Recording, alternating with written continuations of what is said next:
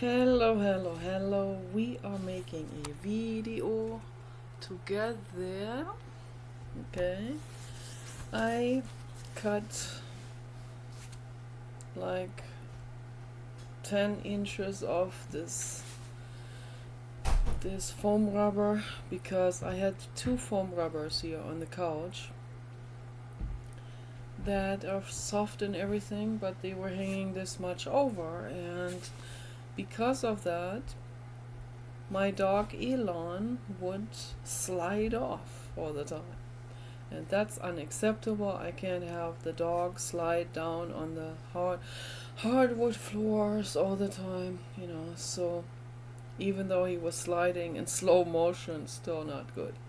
So and then the two mattresses, they kept on falling over, and then there was this gap, and so that just wasn't working out. And I always have to fight with Paul.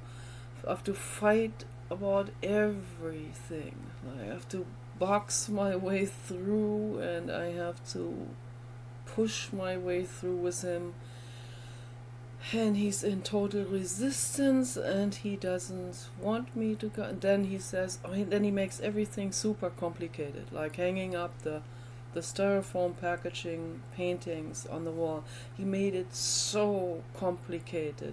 He had to use a ruler, and it took a long time, like an hour for each. And I could have done that in like 5 minutes, with just a rule of thumb, with eye measure. I'm an artist, I have very good eye measure when it comes to shapes, and when it comes to dimensions, and how that I can actually picture something in 3D. Like I can visualize all kinds of things. I can visualize sculptures, how they're gonna be looking, how a sculpture with all of its dimensions put into a garden, onto a lawn, how that's gonna be looking, how that looks up close, how that looks up from the far. I can go into an imaginary, like a Minecraft sort of type of building. We have this now on the internet. People can build, they can create some sort of a Lego house, Minecraft. I don't know, it's probably made more for children, but it's very, very nice, very relaxing. I haven't played that yet, but I have watched people's videos where they made this. So my brain works like that also by on its own. I don't need to do into some kind of like a virtual tour. I can envision something that I create, and that's really nice. So I saved him a lot of time and trouble, and it saved me some OCD problems. Was he wanted to bring a board in here and then make it really complicated, and gosh, he would have probably, I know what he would have done. He would have yanked the board around and hit my artwork, there's no telling what he would have done. So yes, that's what he would do. And he would knock my toothbrush off there. Was it, I already see all these things. I know how he is. He's very clumsy. Okay, it's not his fault, but I can't let him come into my safe haven here. This is my temple, this room here. Okay. So I closed this door. I closed that door all the way, and so that he wouldn't see what I was doing. And I took my scissors. I made it very simple, right? It's very simplistic, everything. And I cut this foam rubber piece completely straight, just by eye measure. He got mad at me, of course. How did you? This is crooked. I see it's crooked. Well, this is maybe just a little bit crooked. Like it doesn't matter if it's just it has a little bit of a curve. It doesn't matter. So it's It's really darn straight. So, and it works. And now the dog doesn't fall off the bed. He doesn't slide off the bed onto the hardwood floor. He's really comfortable now, and this is much better now. It's level, and so I might have to cut the other one as well. So I only cut one for now and see how this goes. I might have to cut the other one and then have the two again, because two are more comfortable than one. So these are really great foam rubber pieces that he got at Fred Meyer. They have foam rubber pieces. I guess that some kind of like from furniture stores that they have these rests, and they sell that relatively cheap to department stores, and then they sell it relatively cheap for a little bit more to the customers. So they were quite reasonable and very comfortable, and they make really great additions to couches and stuff like this. We also have a camp cot in the other room. We had that for the Papa Dog. We had the foam rubber pieces on it. Papa Dog got on those easier. I still had to help because Papa Dog was very short, European Basset Hound. He can jump on any bed just from standing position, so he's that strong. And he has longer legs, of course. So, and then when we go camping in that short van, that relatively small van, narrow and short, so that's really just a one-person van for traveling at all.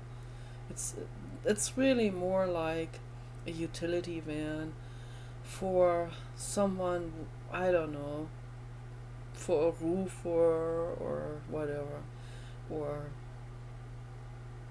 I don't know, a plumber or something. Yeah. But yeah, and it was extremely difficult sleeping in that short van with Paul together and the Papa Dog, and then but the Papa was practical. See, that's why I want a European Basset Hound. They are sluggish and practical. So they have short legs, they don't kick you in their sleep, and they're like a hot water bottle, large, very large, 100 pounds.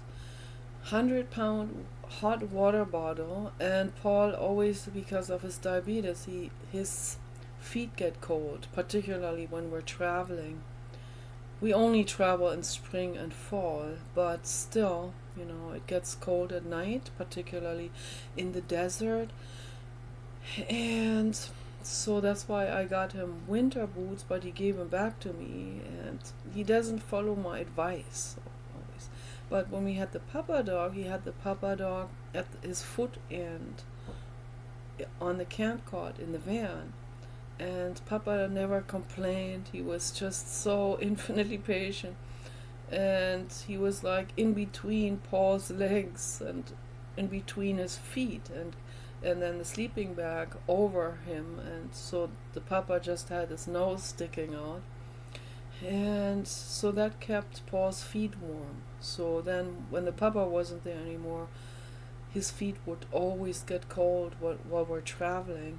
And also at the other house, and also at this house, of course, he always has to use an electric heating pillow to heat up his feet. So because of the diabetes, I'm always worried about that.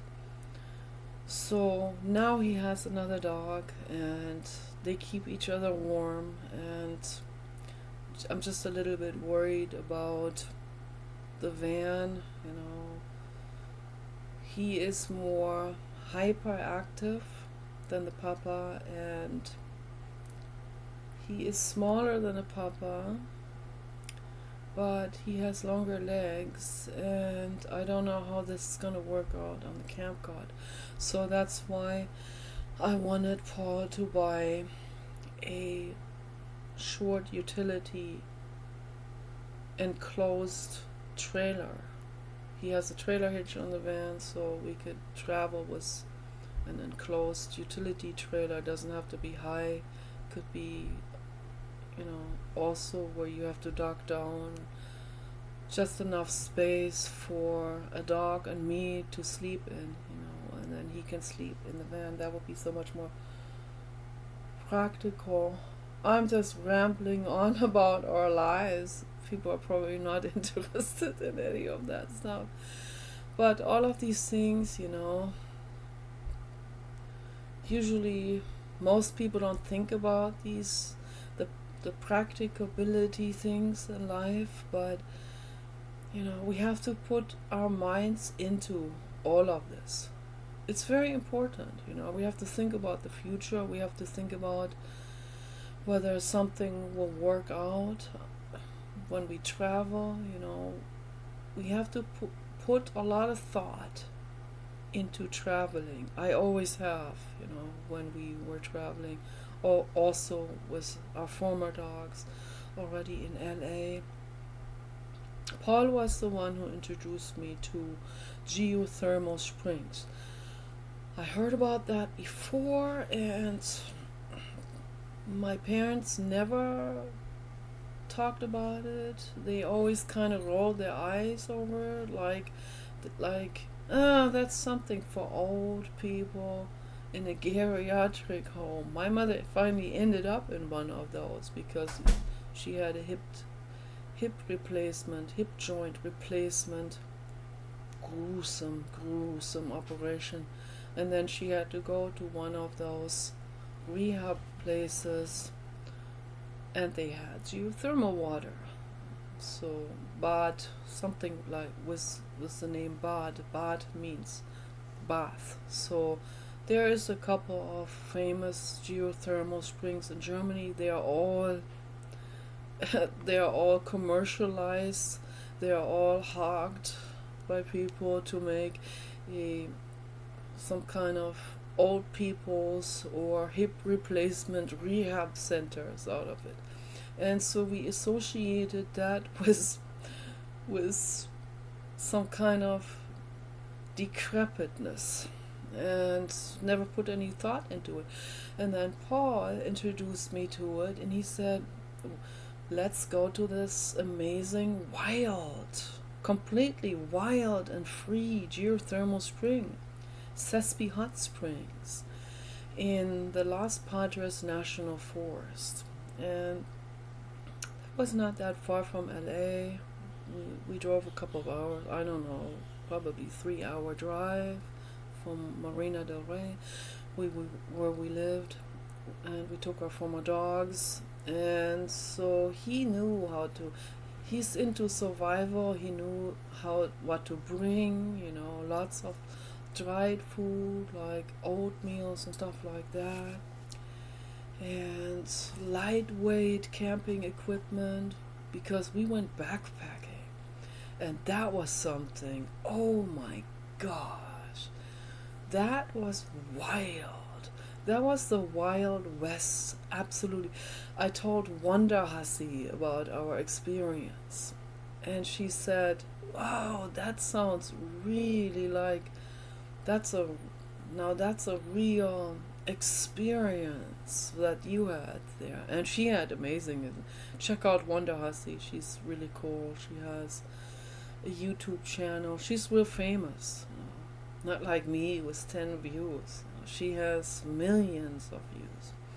And I talked to her through email, and that was nice of her to write back and share stories. I would like to meet her one day, so it's really cool. And so she goes to the hot springs in the desert all the time. She was living in Vegas and was always leaving town because she didn't like to be in that congested city. So she would always go out there into nature and explore, usually on her own, explore all of these incredibly wild places. And then she also had a boyfriend. His YouTube channel is Eminence X, very nice guy, Larry, and they were together for a while, making videos together, traveling. So and then she moved away from Vegas and somewhere else, and she bought a house with her sister together, and I think that's really great that they did. So yeah, I found her through Paul. Paul always explores these travel video people, van dweller people, and geothermal enthusiasts and all of that. And so I didn't know what I was gonna be expecting, but I thought, oh, why not? Let's go backpacking. I didn't know how exhausting that was gonna be. So we had to carry a real large backpack with all of our sleeping equipment in it, with all kinds of stuff dangling on, and towels and extra clothes. And then the two dogs also wore backpacks, and they had these saddle type of backpacks, and I was worried about that, but yeah, I didn't want them to carry too heavy of loads. He made them carry their own food, and I weighed that, and I thought, I don't know, man, that's a little bit heavy. But they were completely cool with that, so it didn't bother them at all. Totally strong, two Great Danes. And so, but I wanted to carry most of the heavy stuff. I didn't want them to carry so much weight. But, still, it was okay. It was just sort of. I wouldn't make the dog carry a backpack if it was for me, if I made the decision. So, I don't know. Not even a strong dog. I don't want a dog having to work. So, but they didn't seem to mind at all, and they were marching on, and like ahead of us. They didn't even need leashes. Paul trained them very well, and there was a friend of Paul's, Gary Allen, who also joined us on that camping excursion. And so let me see if I can recall this. This was really that was quite a journey. What happened on that trip? My goodness! Oh my gosh! So the first night we got to the base, like the trailhead parking lot. We parked there. We took off. We went to the base camp. So for the first night, we just hiked for, I don't know, 2 hours or 3 hours to the base camp. We slept there. I had a nervous breakdown. I forgot my Prozac. I was still on pharma drugs at that time. That was in 1998. That was a long time ago. And so I had a nervous breakdown. I completely lost my nerves there. I left the tent. That there was water dripping down on inside of the tent. That's not very good. And so I took my sleeping bag under a tree and slept there for the rest of the night. And then the next day we walked for I don't know, like 10 hours. This unbelievable hike. Okay, 10-hour hike, uphill, downhill. Oh my gosh, and then into a canyon. And so towards the end of that trail, the sun was starting to go down. Towards the end of the trail, we were very close to the hot springs, but still on the ridge, when Paul and Ludwig, our Great Dane, they went ahead. He was already like quite ahead, and Samantha and I were further back, and then Gary Allen was way behind us and catching up with us, coming towards us, and he had his hood over his face like this. And Samantha was barking at him. She didn't know it was getting dark. She didn't know who that was. And he should have said something like, Samantha, it's me, Gary, but he didn't. He was always very quiet. And so he didn't say anything, and Samantha got so scared that oh my gosh, she was standing in front of a slope that was very steep that would go all the way down to the hot springs. Standing in front of that slope with her backpack on, barking, and then getting scared of Gary Allen coming towards her, and she would flip up like this. She would she looked like one of those wooden toy horses, that would be going up like this, flipping up, and then all the way up, like not just up like that, but her back with the legs up. Her back fell over that edge into those shrubs, sagebrush shrubs, which slowed down her tumbling motion. And I don't know, it was like 45-degree slope or something, like this, like really like diagonal like that, quite steep, and with lots and lots of sagebrushes and short brushes, like I know some manzanitas, and so all of that slowed her down, or she would have probably hurt herself really badly.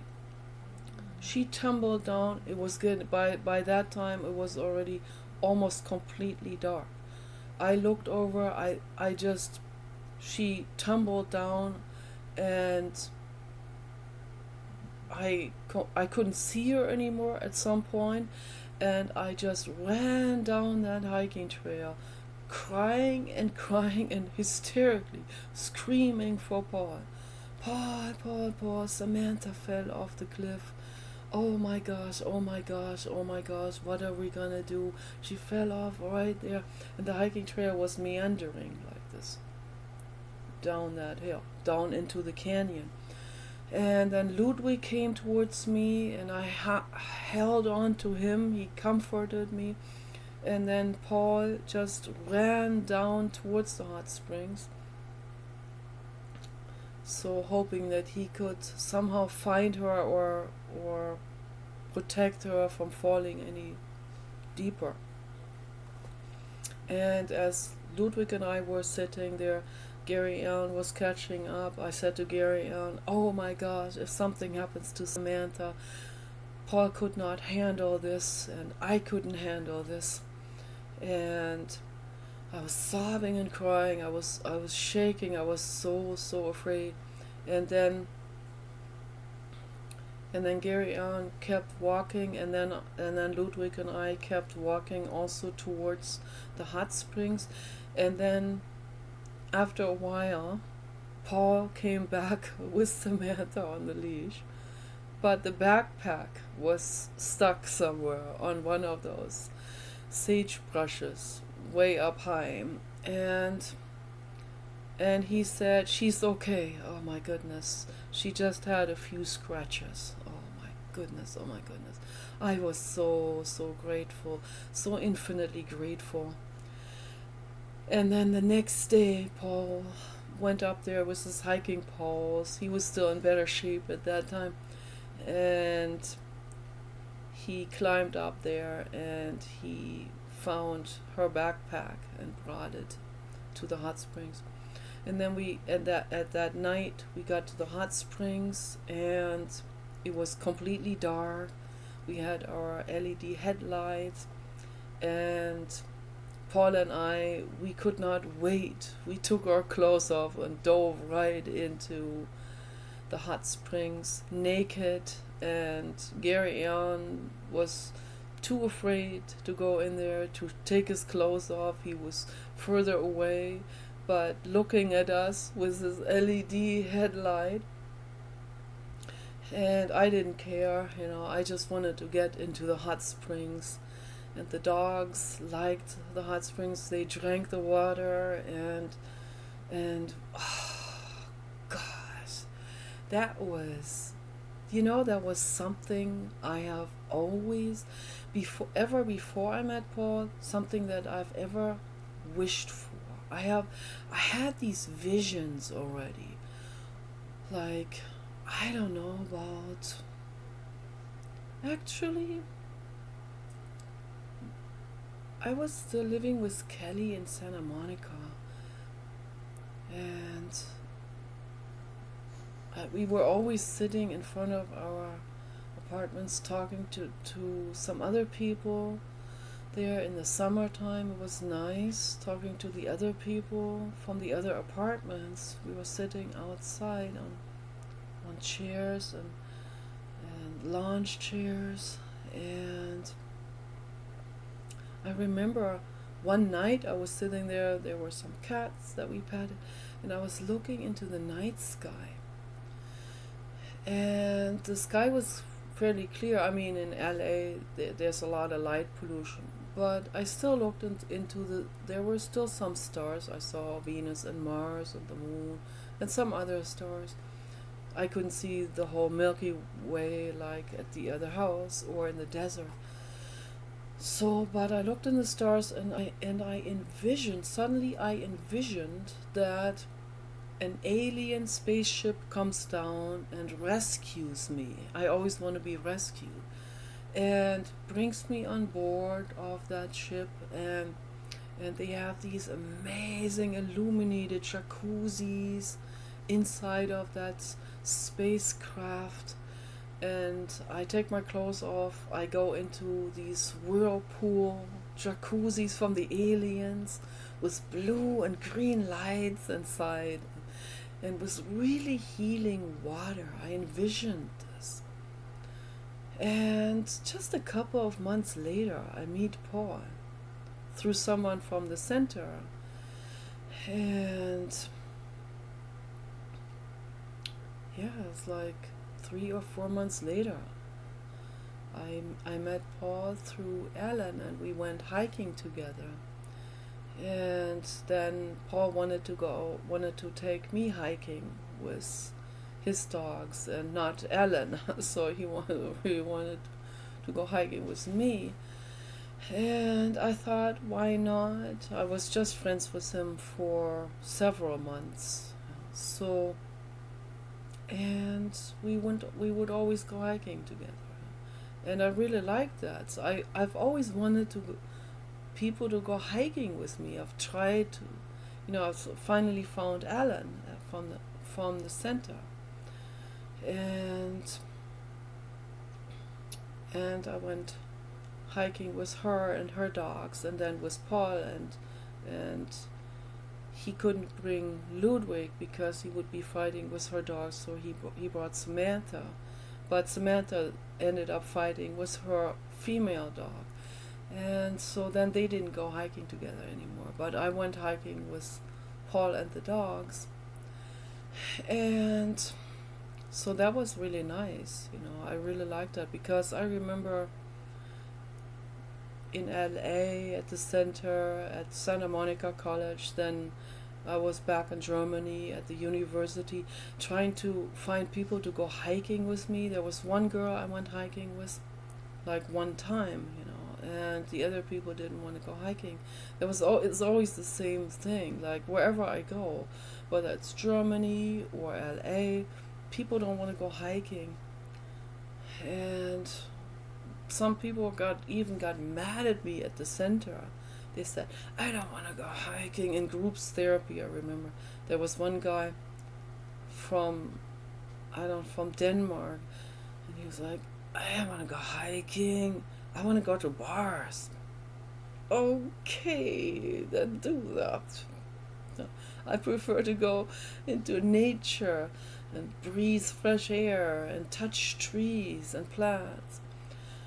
So when I found Paul, and he would always go hiking, like we would go hiking once a week with the dogs. We'd drive all the way up into the Santa Monica Mountains and Bel Air and Brentwood and the Nazi enclave. That was very interesting. There's a Nazi enclave in like some kind of, they're like, I don't know, some, it's like rudiments of some kind of outpost that some, I guess, some secret agents had there, that had some kind of long range radios or whatever, and that there were supposedly have been with, or that supposedly were Germans that worked for Adolf Hitler or whatever, and they were hiding out there in Bel Air in some kind of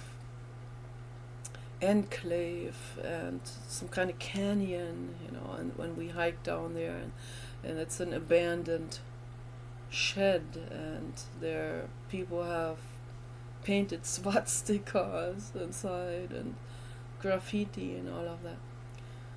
But it was interesting. It's like some kind of historic site, that we would hike down there, and it's really peaceful all in there, and it's really nice. Not very many people go hiking all the way down and into that canyon. And then that was the first time when I heard bullfrogs going hiking with Paul and the dogs.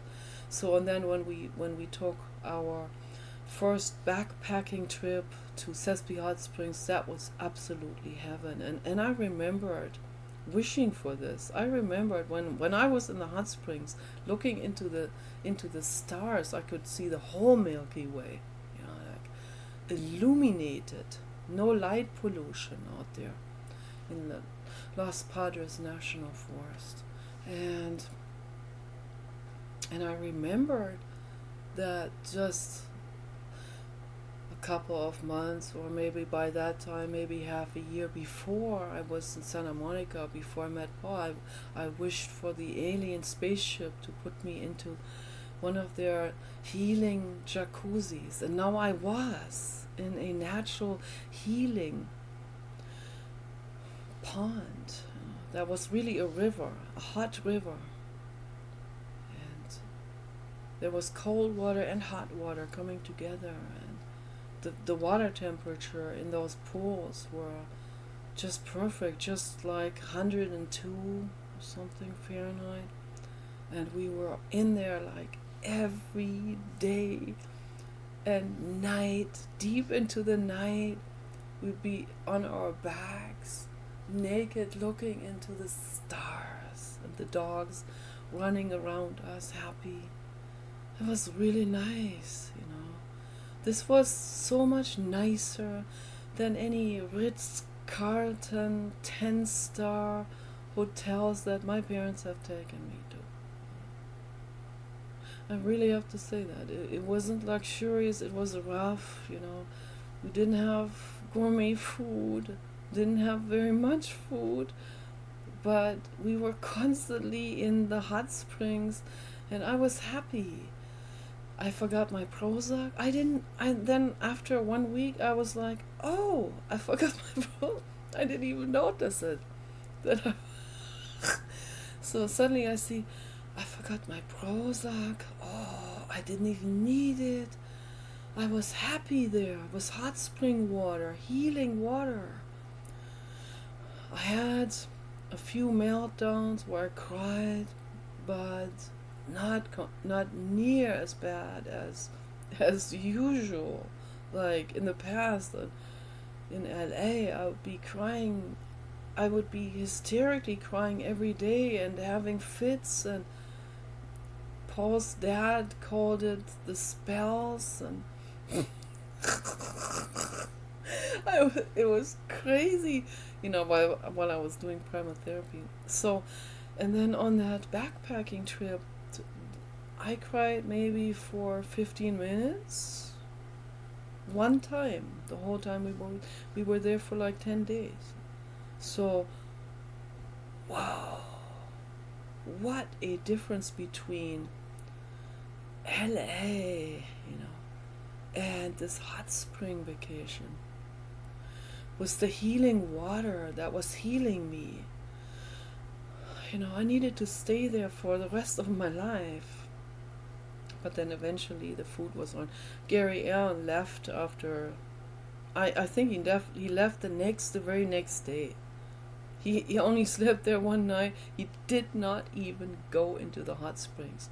Paul was like, Gary, why don't you even go? You didn't go one time into the hot springs? No, I'm going back. And then, but he was kind enough to leave us the rest of his food, because we wanted to stay longer, and that was nice. So then we had just enough food for the dogs and us for about 10 days.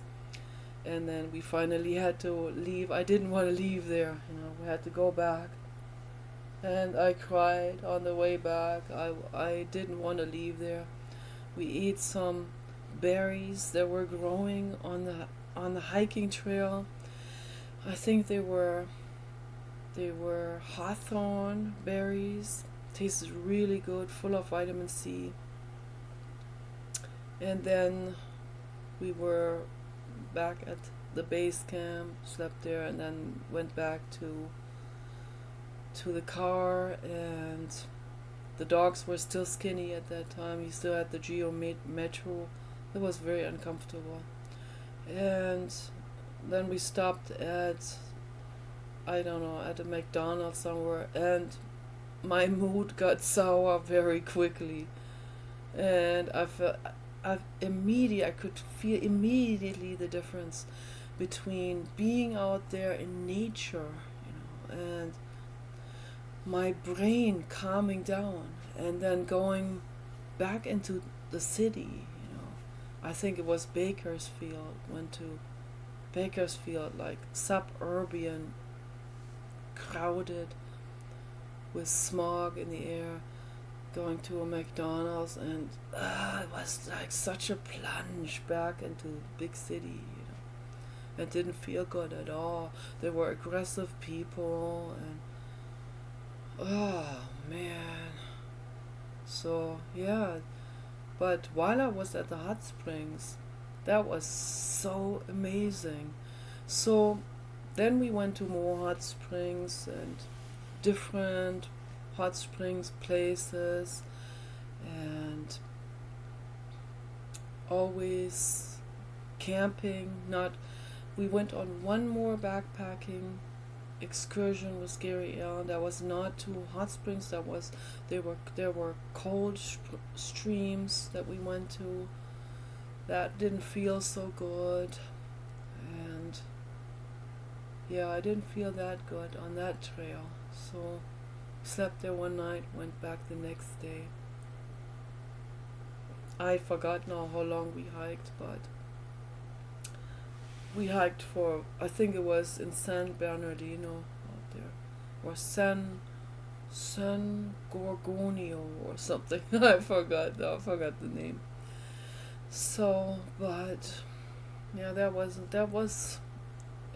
nice out there too, but there were more people, and we weren't going to hot springs on that trip. Didn't feel so good. So, but then we went to hot springs with the car, and then later on with a short motorhome. We had the Dolphin, and then he got the Winnebago. He saw the Dolphin, and then with the Winnebago, once we had that, we did yard sales after yard sales, and he overloaded the Winnebago. Of course he did. I call that the U.S. illness, when people can't part with any item. Has to bring everything along, and I only had so much of a loading capacity, and then the back end was pretty heavy down, and then the brakes had problems. That was also really scary. But that's when we sold the house in LA and then took off. Ludwig had died. Okay, he died right while we were showing the house. That was also something. Oh, okay, that brings me now to what I wanted to, I had planned on talking about. That is the mysterious dog illness. Okay, that was in the mysterious dog illness was in 2004. It was somewhere in the summer of 2004, that mysterious dog illness, which was caused by prion proteins, which was embedded in almost all all manufactured dog food, all the commercial dog foods. But it was covered up because, some kind of cover up conspiracy only in terms of money. They do corporate hand washing, trust me. They do cover ups because they all go, that would not be good. The customers would leave, so let's cover this up. And they did, and then they all acted weird, the veterinarians too. But I researched it, I knew that, of course, it affects other animals other than cows. And mad cow disease, they called it. So, spongiform encephalitis, caused by a prion protein. And the way that comes into existence is by slaughter facilities feeding rendered dead animals to cows who are vegan animals. Right there, this is already, even to feed rendered animals in an endless cycle like this to a carnivorous animal, or person, omnivore, or whatever, that would also cause problems. But feeding that in pellet, like rendered sludge made into pellets, feeding that to vegan animals, such as cows, that doesn't take very long until something bad evolves inside of the cow.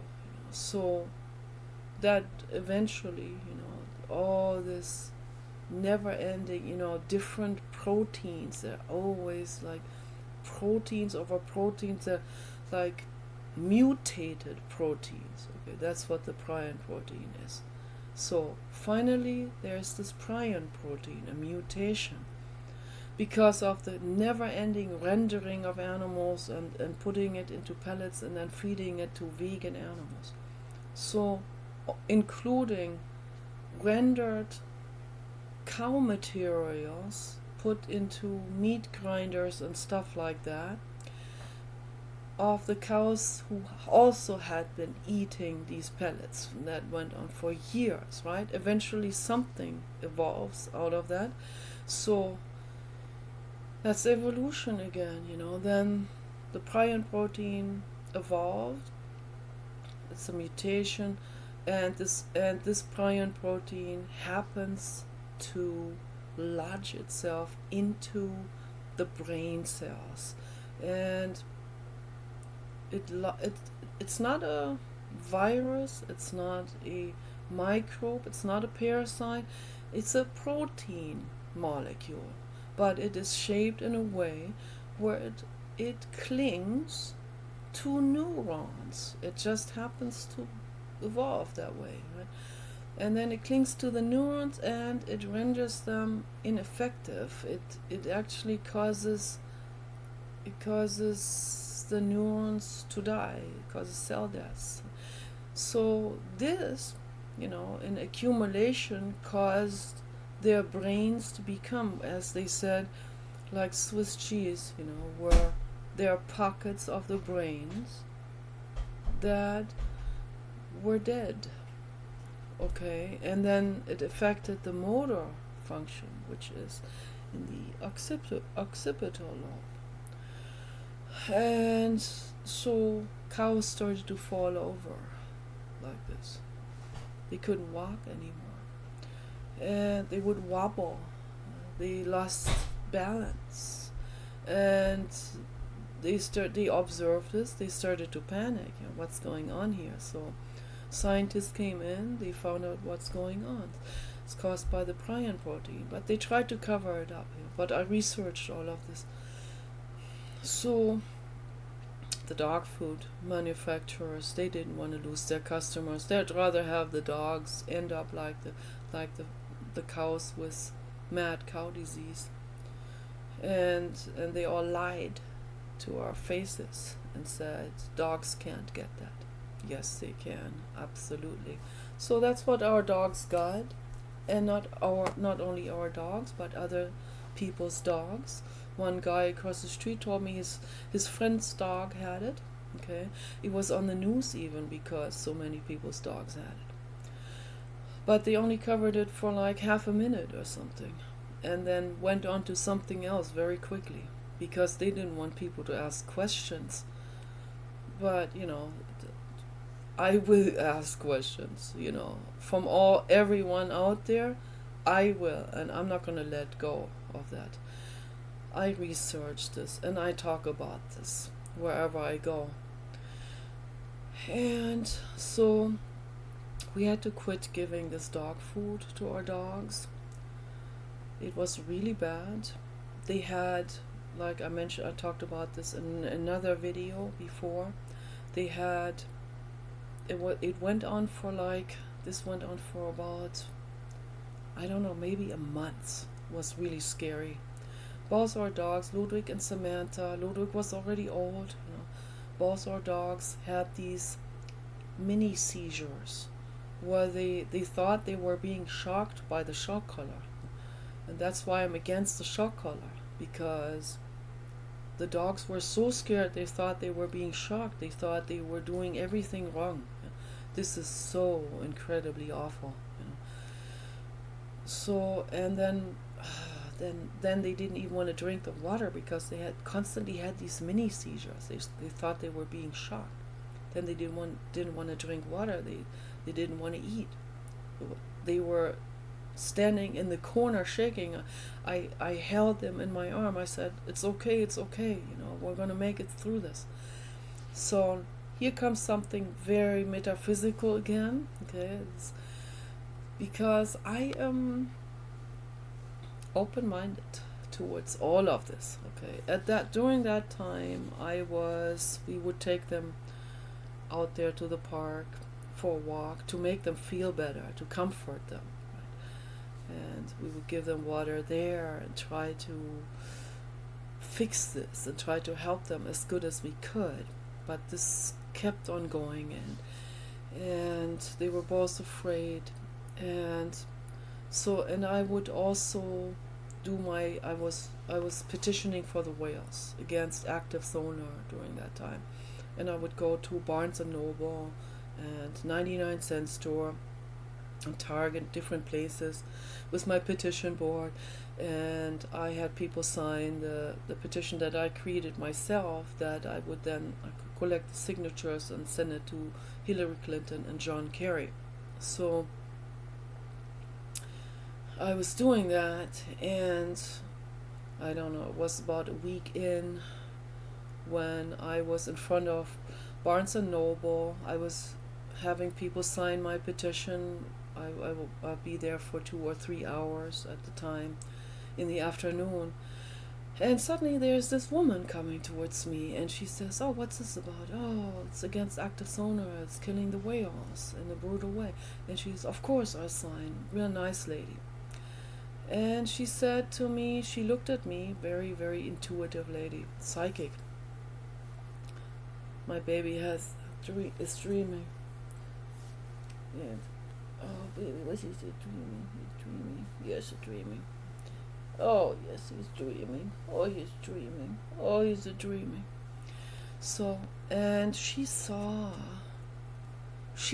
energetically my suffering, my worry for the dogs, my own stress. And at that time I was already set on the holistic healing journey. So I had quit the pharma drugs at that time. I quit the pharma drugs in 2003. So, And I had already been going through the real hard withdrawal phase and all of this. I was already past that. But it was still difficult, you know. But I was on the healing journey. We were buying Dr. Richard Schulze's herbal stuff. His herbal pharmacy was right around the corner from where we live. And so I was on the healing path. I went to massage therapist. I still had money from my parents, so I used that to. I went to Beverly Hot Springs one whole day. I wanted to heal myself naturally. And this lady, she saw the whole picture about our dogs, my suffering, my healing journey, and she said, "We have a healing session tomorrow at the Masonic Temple." And I was like, oh, Masonic Temple. Ooh, I read a book by Jim Mars. You're not supposed to go to Masonic. But something inside of me said, no, I'm going to go with the healing. So I'm going to ignore this conspiracy stuff for a moment. I want healing. I like the lady. The lady stood right in front of me. Amazing energy, right? I'm very energy perceptive. So that speaks louder than a conspiracy book. So I thought, okay, this is great. She says we're just renting a room there at the Masonic Temple where they rent rooms out to yoga people and stuff. So I thought, okay, this is great. I'll be there. And she said it costs $30, at the door, and then it's like for several hours it goes on. Healing session. And she said you have to bring a bottle of water. And I forgot the water bottle. So when I got there, I was so confused about everything. I just went there, and she said you have to wear white clothes. I wore white clothes, and I wore orange fuzzy toe socks. And so there were tables, and this session was conducted by Fatima, a woman from Brazil, and just a handful of people, 5 people. Among them was the nice lady that signed my petition. They are all energy healers, and Fatima is an energy healer. She's just running this group, and all the other ones were energy healers, and she called them the messengers of light. I never heard about them before. So, and I think she was only there temporarily in LA. So this is really metaphysical, that I met this lady during my petitions, and I got the chance to go there. And there were about, I don't know, maybe 15 people that showed up that attended this. Most of them were older women. I think only 1 or 2 men among them, and I was the youngest, and then there was also the child of one of the energy healers. So the daughter of the energy healer and we were sitting towards the back, and we were watching the first round of the energy healing. So they had that was like a workshop room or something, and they also had some kind of stage there, and they had flowers, and they put flowers everywhere on the stage, and then they put water bottles, and the nice lady gave me one of her water bottles, like a crystal geyser bottle, unopened, and she put it there for me. And she said we put our water bottles there to soak up healing energy. And so they started with the first round. They played the music by Enya. Enya that's a god level soul from Ireland. She lives in a castle in Ireland, and she makes new age type of music. So all the new age type of people, the energy healing type of people, they very much like her music, and they use her music in their healing sessions. So they played her record, Enya's record, over and over and over again. I heard and I recognized one of the songs that I heard one time in Beverly Hills in the store. At the Rodeo Drive, I heard her song one time. And I thought that's beautiful, beautiful, beautiful voice, different, not pop, you know. And so I thought, this is amazing, ethereal sounds, you know. Enya is amazing with sound overlay and everything. And check her out, really great woman. And I really, this music was so ethereal and so calming. And they had like 8 tables that they laid out, that they set out in a circle. And each person was supposed to be lying down on these tables with the head towards the outside. And just lying down there on the table. They're really seminar tables, but they're lying down on the tables, even without a yoga mat.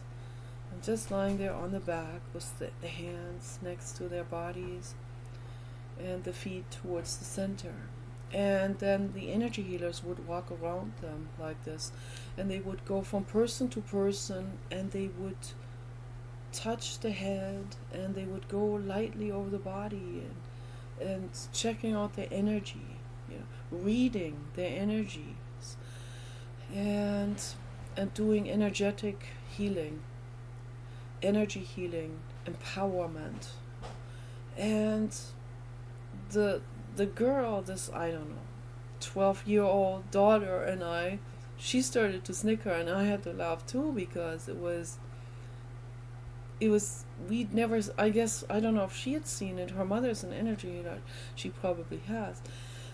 But I guess because I was there, sitting there too, she started to snicker, and then I had to snicker too. It was kind of funny, but we were also excited. I mean, it was really weird, you know, the way these people were lying there on the table, some older people. And so they did this round that went on for, I don't know, maybe an hour or maybe 2 or something. And then we took a break, and then the other half of the group would lie down on the tables. I think the daughter too. So would all lie down on these tables, including myself, and felt really good. And the energy healers would walk around. And then Fatima, the woman who was running this, she would stop by my head, and she would do really, really amazing feeling stuff. Just like light touch with her hand. Light, really focusing more on my head than on my body. She'd go over my body too, but she saw that there was the problem, really. Psychological, you know. And she would really do some energy adjustment and felt amazing. And she finally gave me a hug and kissed me on the forehead with her long hair falling over my face like this. And she said, "You'll be okay. You know, there's a lot going on in your head, and you have a lot of trauma, but you will be okay." And then they would go around. Then the other healers would come also, would do energy healing on me. So one of the lady had long claws. One of the ladies, the mother of the daughter, was the long claws. She scratched me a little bit. I could feel her, there was something going on in her that was not resolved. Okay. And I think what it was, she had a crush on the guy from Brazil, one of the energy healers. Yeah, there was only one male energy healer among the 5 energy healers, and that lady had a crush on him. I could see all of this, you know. I'm very intuitive, and he he petted me a little bit too much, and she saw that, and he really liked my toe socks. And he kept on petting my feet and my toes and my legs and everything, and he not in a he wasn't groping or anything. He was loving, very loving, but was a bit he was a bit sexual. He was. And she saw that, and that made her mad, and then she scratched me. But that's okay. It was still healing. Fatima protected us energetically, and the blue god, of course. So then after that session, I was like, I felt so relaxed. I felt tingly, my whole body. This felt totally different. And so the nice lady gave me that bottle of water, that energized bottle of water, and she said, drink a little bit every day. This will help you, and put a little bit of that into a cup with other water as well. So use that sparingly and put it in the refrigerator. And so Paul picked me up, and I met him down in the entrance hall of the Masonic Temple. And the same guys that I saw in the beginning when we came in, the Masonic people, there were some with really long beards. Some of them were really bitchy and mean to us when we first came in there to go up the stairs to that room. And when we came back out and passed by the same guys, suddenly they were there smiling at us. They were more relaxed. So I think this energy healing session, that radiated out into the entire Masonic temple and affected all of these people in a really positive way. Very powerful. The messengers of light, powerful energy healers. So I took that bottle of water home. Our dogs had that mysterious dog illness. I don't want to make the video too long. And I gave them about half a cup of that water into the dog water bowl every day. And they drank that. And in 2 days, they were healing completely from that mysterious dog illness. Through that energized water. The energized water healed our dogs from that dog illness. It must have fixed that protein. It must have changed that mutated protein or something, or immunized them in some form. Okay, this is absolutely metaphysical, absolutely amazing. But what happened was then, towards the end of 2004, Ludwig was already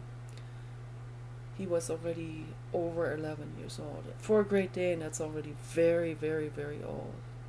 And because of that, the prion protein that caused neurological damage in the spinal cord, he was walking sideways. And then the older he got, the more sideways he walked. It was wobbly. But they didn't have the internal shocks anymore. They were recovering completely. Samantha completely recovered from it. But Ludwig still had that, because he was old, that he had long-term damage in the spinal cord from that polluted dog food. And I forgot now, what was the name of the dog food? We got that at Costco. Forgot the name. But yeah, his spinal cord problems, that got bad. And so then by the time we were showing the house, to sell the house, towards the end of 2004, he got very, very, very, it got really bad, and he was suffering really bad. He was really old, 11 and a half, very old for a Great Dane. He had a good life. And then the vet, we couldn't have him. We could not do it. She said, are you ready to euthanize. We said, is there maybe something else we can do?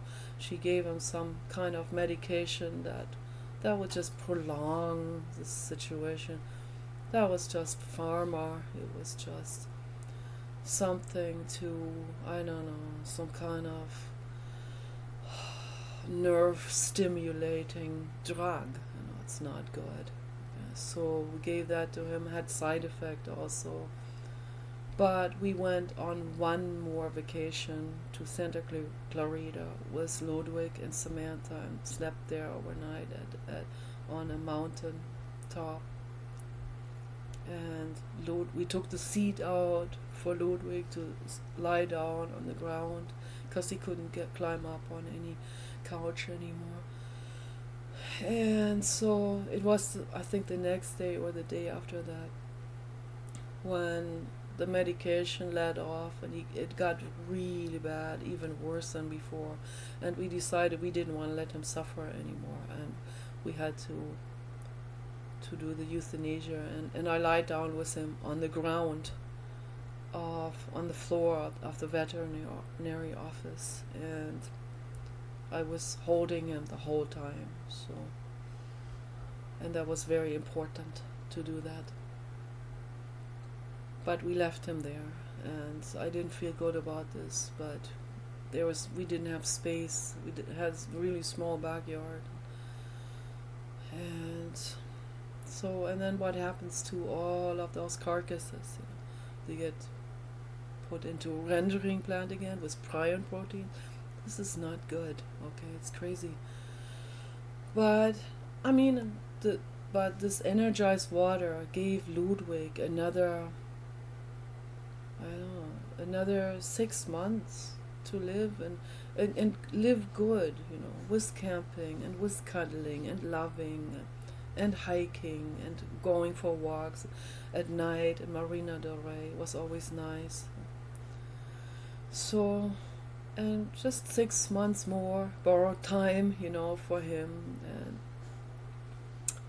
and cuddling and loving and good. It was good.